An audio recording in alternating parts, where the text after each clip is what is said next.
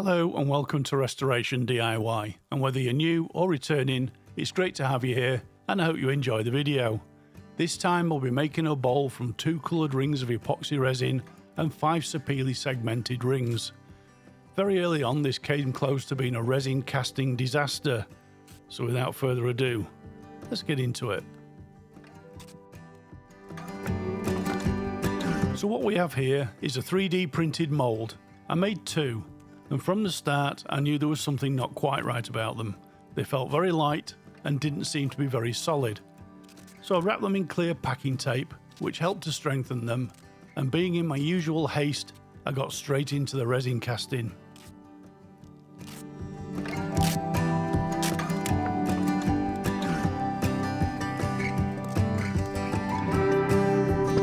Which brings me on to this episode's sponsor, T-Expert.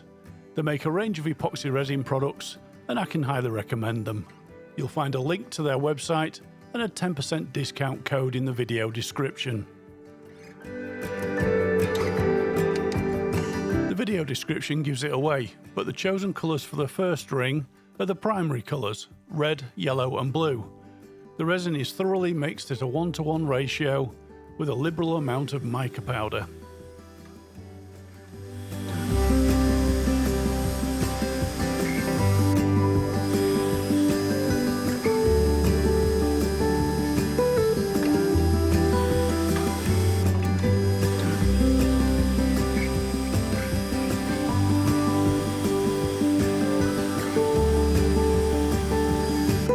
The colours didn't need to be pre-cured, so as soon as they were mixed, I poured them into the mould, and this is where the problems began. The mould leaked into the central void. It was running through the joint in the base, and I had to think quick to try and save it. So I plugged in the hot melt glue gun, and as soon as it was up to temp, I applied copious amounts of glue to stem the leak. To get the glue to stick, I first had to wipe up as much of the resin as I could, then lay the glue on the dry surface and work my way into the leak. And with the addition of some kitchen towel, it worked, though I was surprised at how porous the mould was. But more of that later. And to finish, I mixed a little bit more resin just to top it up.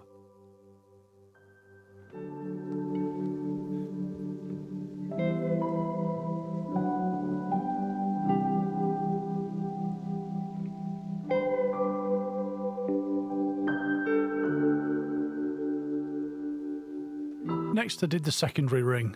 The colours for this were the 3 secondary colours, orange, green and violet.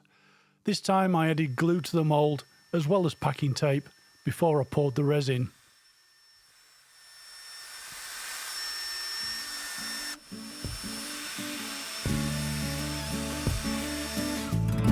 After the resin was mixed, I placed the first mould into the pressure pot liner. The second mould was sat on top. Then I poured the resin.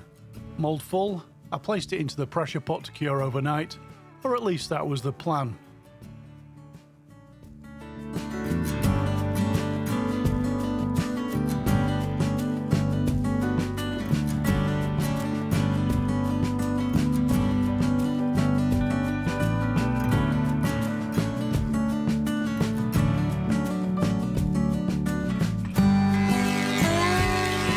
It's the next day and I got straight on to making the segmented rings. Sapele was the timber of choice. This was passed over the planer to give me 2 perpendicular sides. I did a lot more than I actually needed for this project, so I'll just show a few pieces being done.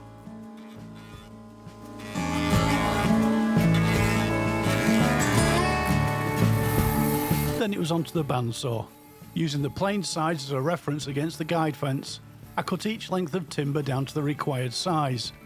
The sizes used were 25mm deep by 4 at 40mm wide and 1 at 50mm wide.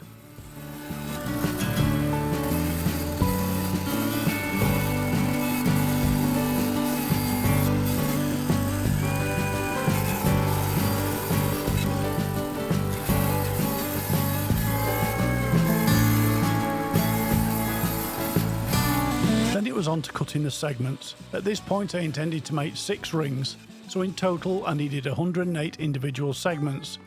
5 rings were to be the same size at 190mm diameter, and 1 ring for the rim at a finished diameter size of 250mm.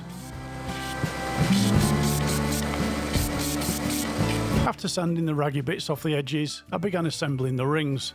For this I used a 3D printed template to arrange the segments. An elastic band holds them together. Then a 3D printed spacer is superglued in place. The whole thing is flipped over, the template removed, and another spacer is glued in place to lock it all together.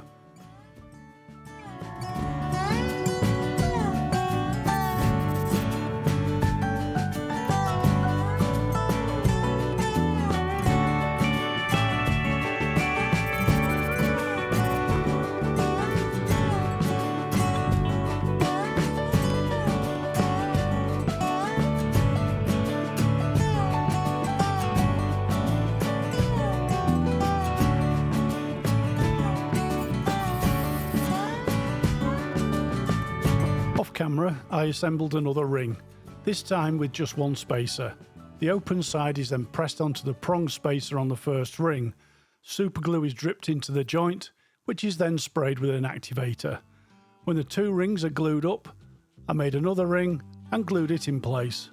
At this point, I checked it would fit in the casting bucket and it was too big, so I used a large disc sander to reduce the diameter.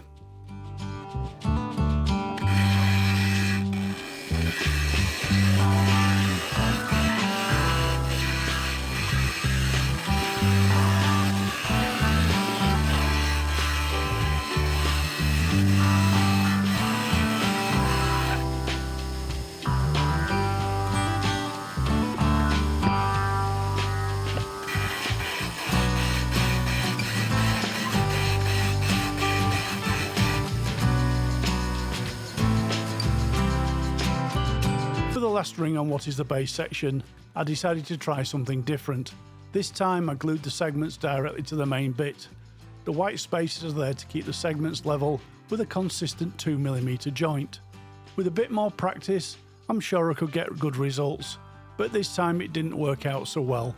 The segment spacings were a bit irregular, and after a bit of a think, I decided to cut the last ring off in the finished piece.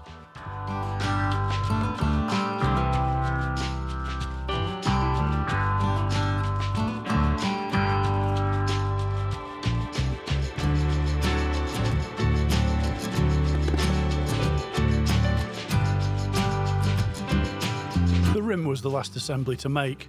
This consisted of two segmented rings. These were made in the same way as the others. First, the larger of the two was built up with a spacer on one side. Then I made up the second ring with just one spacer. The rings were then pressed together and superglued in place. The last spacer was added, and that was that. But luck wasn't with me on this project. This assembly also needed to be sanded to fit in the silicone mould.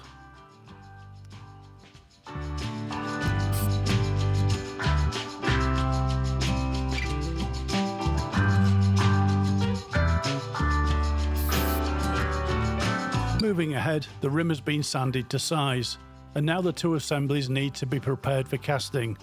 Off camera, I turned a piece of sapele down to fit in the core of the base, allowing around an 8mm gap to fill with resin.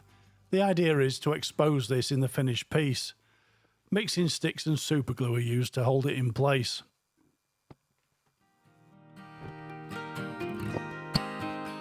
With the base assembly placed in a pre-waxed casting bucket, I could get on with the rim, and again, off camera, I turned a piece of softwood to use as a waste block in the central void. But the void around the outer edge was a bit of an issue. I wanted to fill it completely, but I could only find some spare segments, so I superglued them in place, and with that done, I could get on with the resin casting.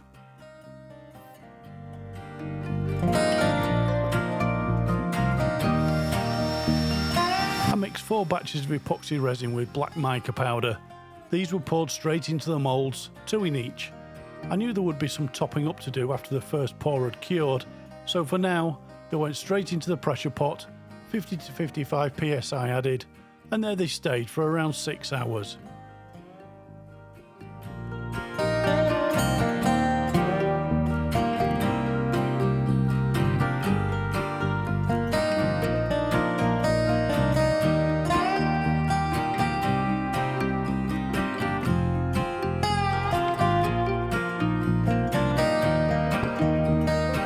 have the first look at the two featuring castings, and what a mess.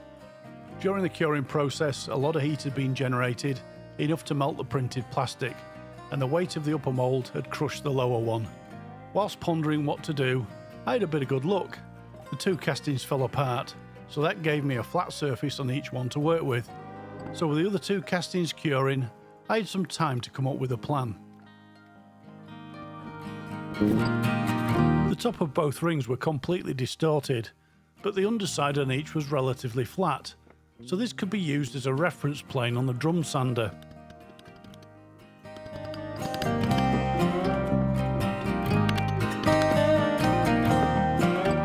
I set the drum sander up and began grinding away the upper surface.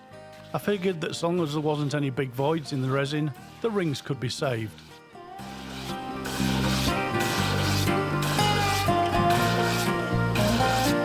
As the rings are going through the drum sander, I'll explain what actually happened to the castings.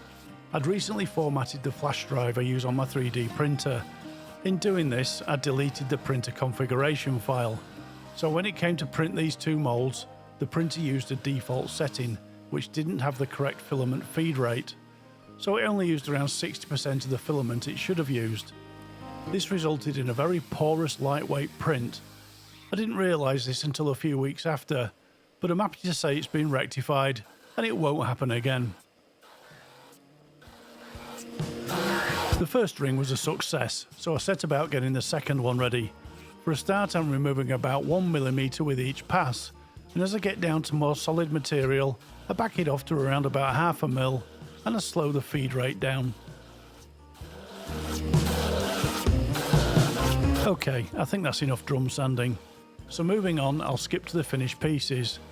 And here they are. Not as deep as I'd hoped, but nonetheless, they're solid, with no cracks or voids. The rim and base blanks were next. They've been in the pressure pot for a day or so, and I topped them up with more black resin after an initial 6-hour cure. First impressions look good, no cracks or voids in either of them.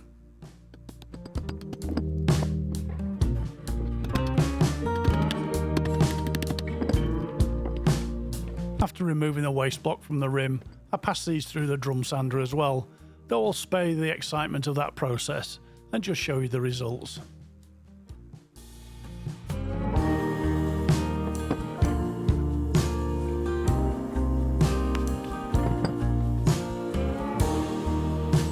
I marked the centre on either end of the base blank and fixed it to the lathe. I wanted to keep the central core centre in the finished piece, which is why I chose to fix it between centres until I had the outer surface to round.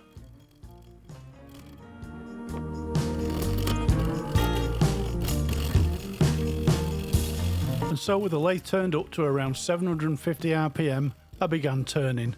The first priority was to cut through to the sapele segments and get it to round and balanced.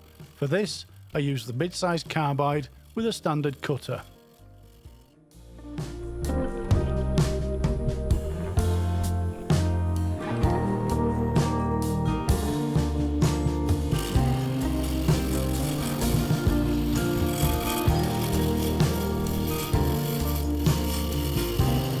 In no time at all, I was through the resin and into the segments.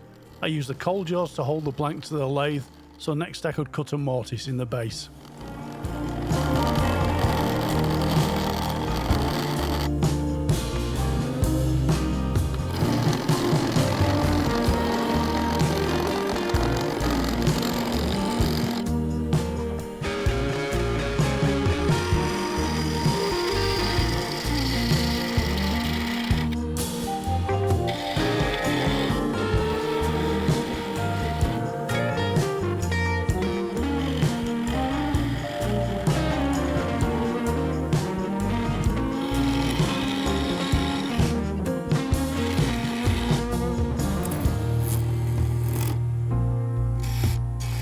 Mortise done, I sanded just the underside to 1000 grit and added a wax finish.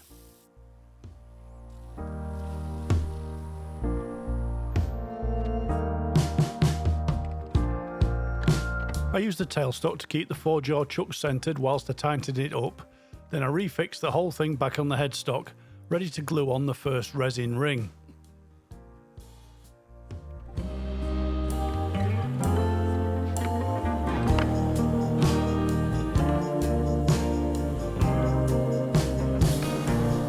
Once again I was rushing and I was keen to see how the rings would look, so I mixed up some rapid setting epoxy with black mica powder, and I was just about to slather it on top of the sapele ring when I realised I had to cut the first ring off, so quickly I had to set about its removal with a 3/8 bowl gouge.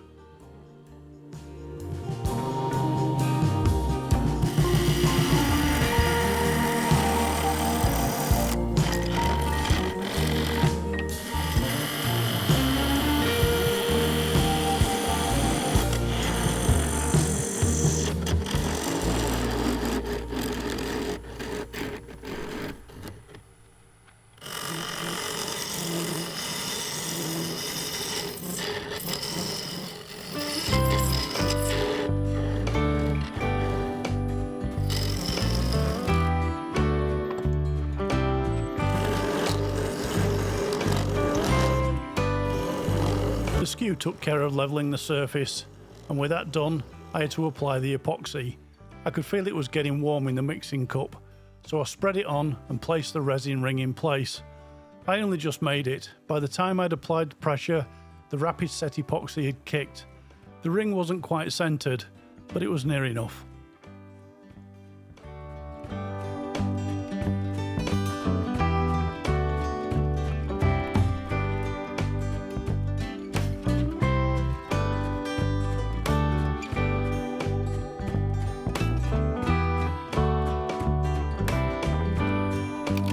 I gave it another 10 minutes to fully cure, then I set about removing the excess material. For this I used the mid-sized carbide. This easily cut through the resin, but without warning, the orange outer layer shattered, showering my left hand with shards of resin. Very painful. It also knocked the blank off centre, which I had to fix before carrying on.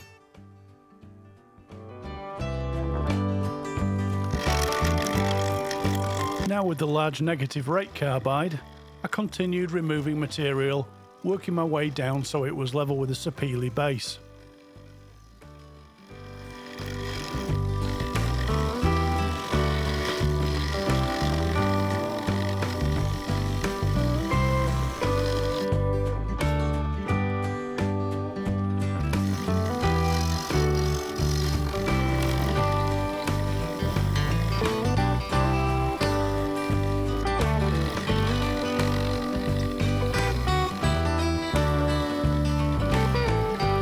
Having got down to a uniform surface, now I could glue on the remaining pieces. First was the primary colour resin ring. It was a warm day, so the resin was curing very quickly, so I had to get a move on, which created another mistake. Some wouldn't admit to making errors, but as I've said before, I always try to show my reality of making these projects. Let me know in the comments if you spotted the mistake before I rectified it. And with the rim glued in place, the blank was complete. After 20 minutes or so, I started to cut through the outer layers, gradually exposing the material underneath. The rim was first. Getting this to round balanced the workpiece, getting rid of the vibrations. That done, I cut into the underside, down into the first resin ring.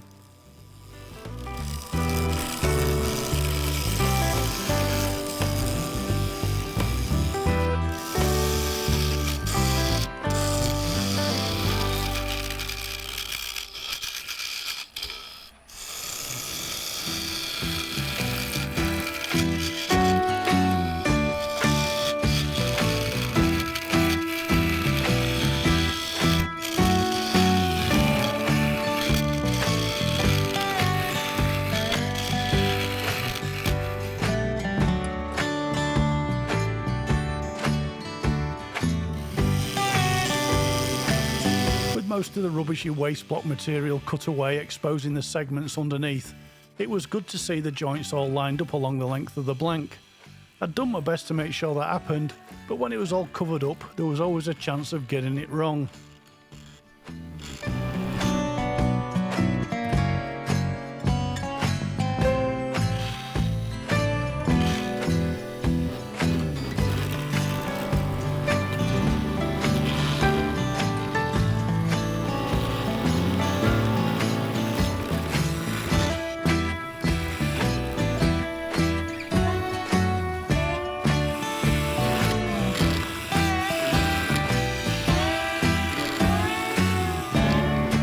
Once I was down to a clean resin surface, I could see that there was some plastic mould embedded in the blue and yellow sections.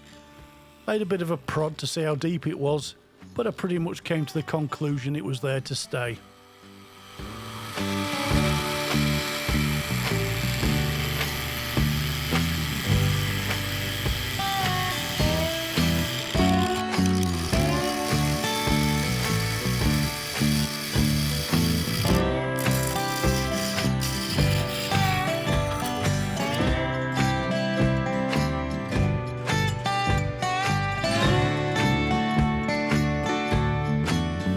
Next, with the rim and midsection roughly to shape, I formed the cutout to create the pedestal.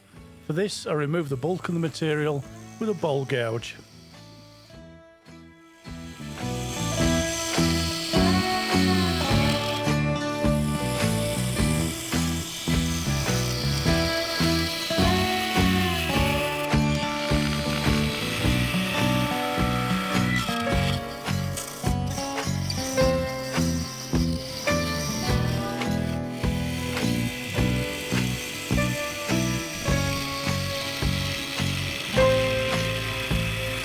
The gouge did a great job of removing the waste material. Once the core began to show through, I switched the 1/4-inch parting tool to carefully remove what was left of the sapele segments covering the black resin. That done, I went back to refining the shape of the base and the cutout.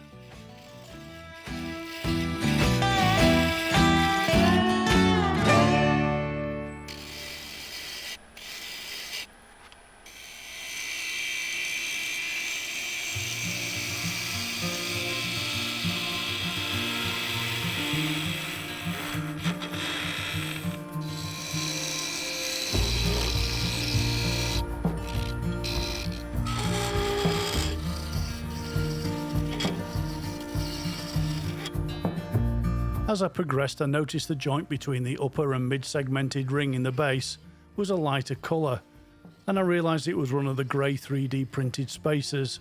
Normally I place these in a position where they'll be turned out of the finished piece. I had to investigate further, so after a bit of clean-up with a skew chisel, I used a thin parting tool to cut into the joint to see how deep it went.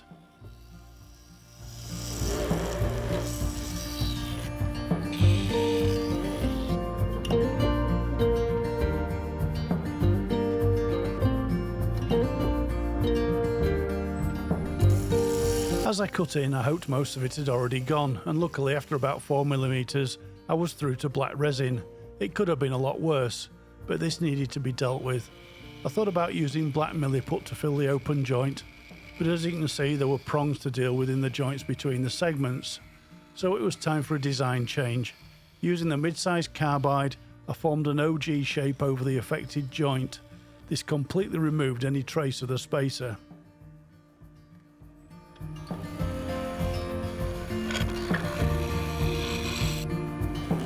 After another successful recovery, I moved on to the rest of the outer surface. The resin midsection needed some work. Using a large negative rate carbide and large negative rate scraper, I removed resin to form a pinched waste.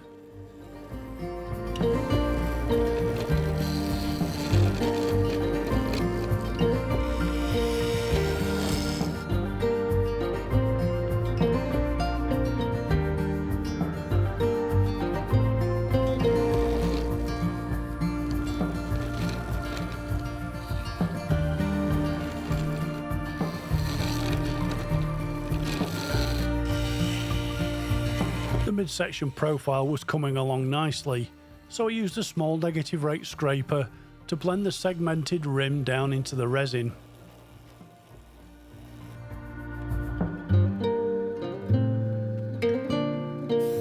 There was a couple of small voids to repair. I used black superglue and an activator to fix them, then the negative rate scrapers to blend the repair and fine tune the surface, and that was the outside done.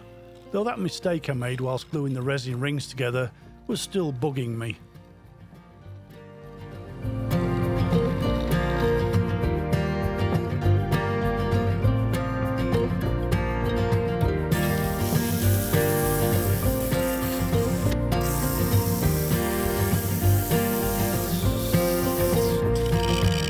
After sanding with 80 grit to check for tool marks, I moved on to hollowing out the inside. I hoped this wouldn't take much to do. After all, the rings were hollow and the top was filled with a softwood waste block, so I went at it with a freshly sharpened bowl gouge.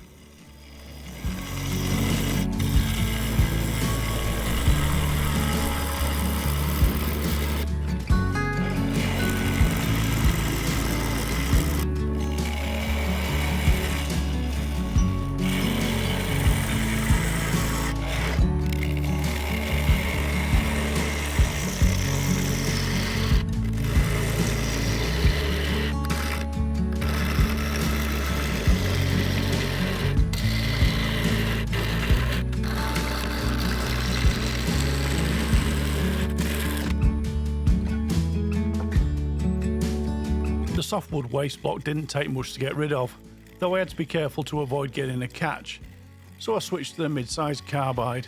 This ripped through the waste, revealing the segments underneath.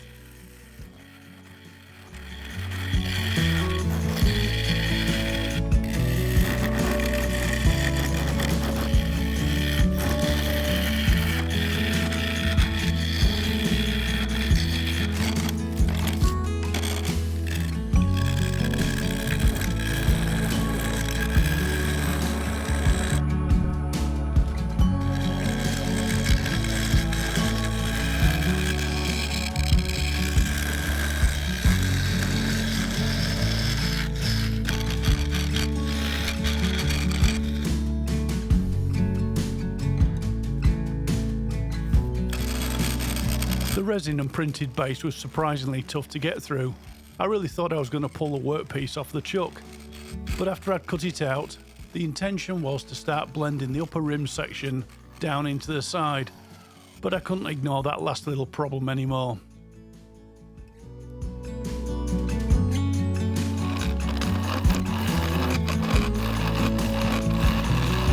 After smoothing the inside surface, I repositioned the camera and taking a thin parting tool, I separated the two resin rings.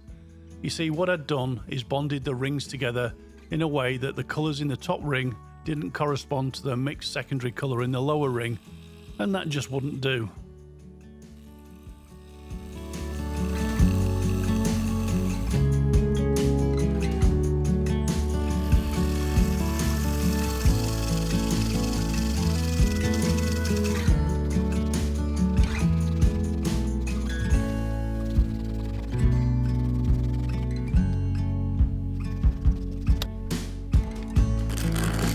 With the top removed, the inside of the lower section was easier to get to, so I took the opportunity to get closer to the finished surface.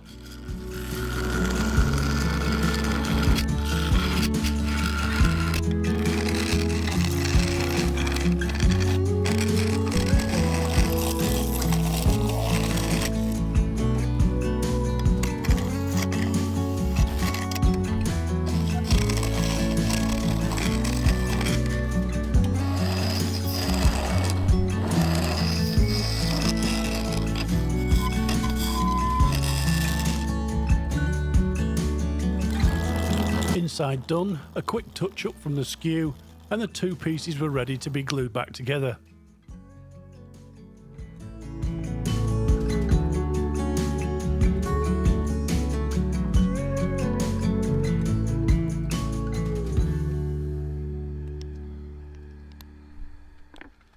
With more rapid setting epoxy applied to the top piece, I offered it up to the base, carefully aligned the joints, and applied pressure with a tailstock, and then I left it for 30 minutes or so to cure.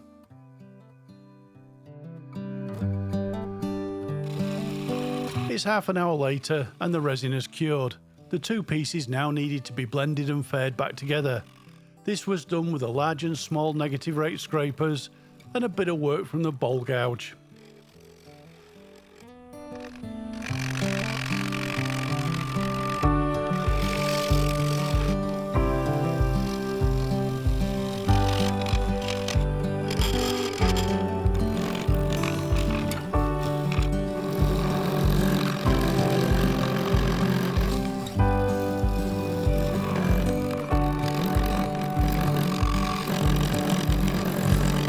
And there you go, the colours line up.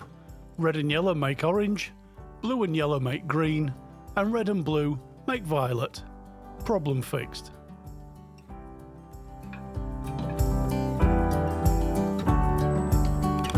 Outside done, the inside needed blending as well, but you can't see much, so I'm going to skip ahead to the finishing.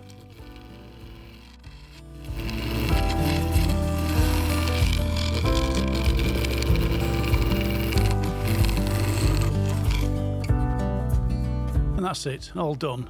I sanded both inside and out from 80 to 3000 grit, then I cleaned down with denatured alcohol.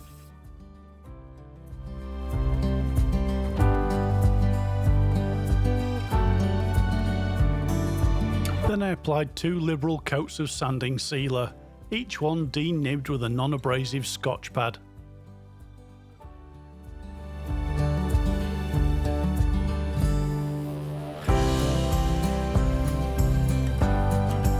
Up next, Yorkshire grit, just a single coat, thoroughly cleaned away till no more residue is picking up on the paper towel.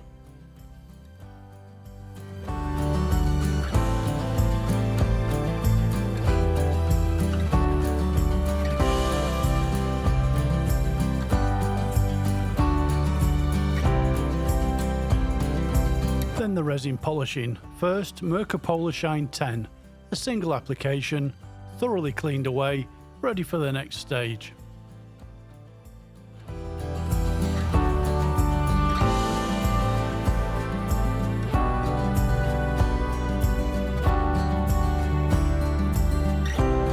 Shine 5, another single coat, polished off to leave a deep shine.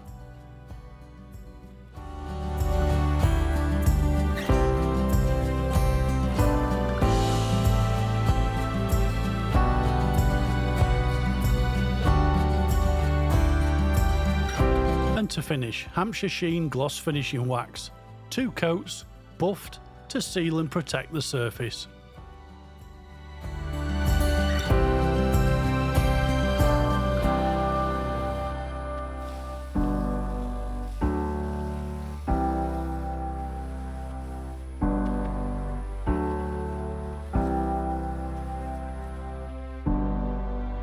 That's it, another project finished, and this was another that took some doing, but it was worth it.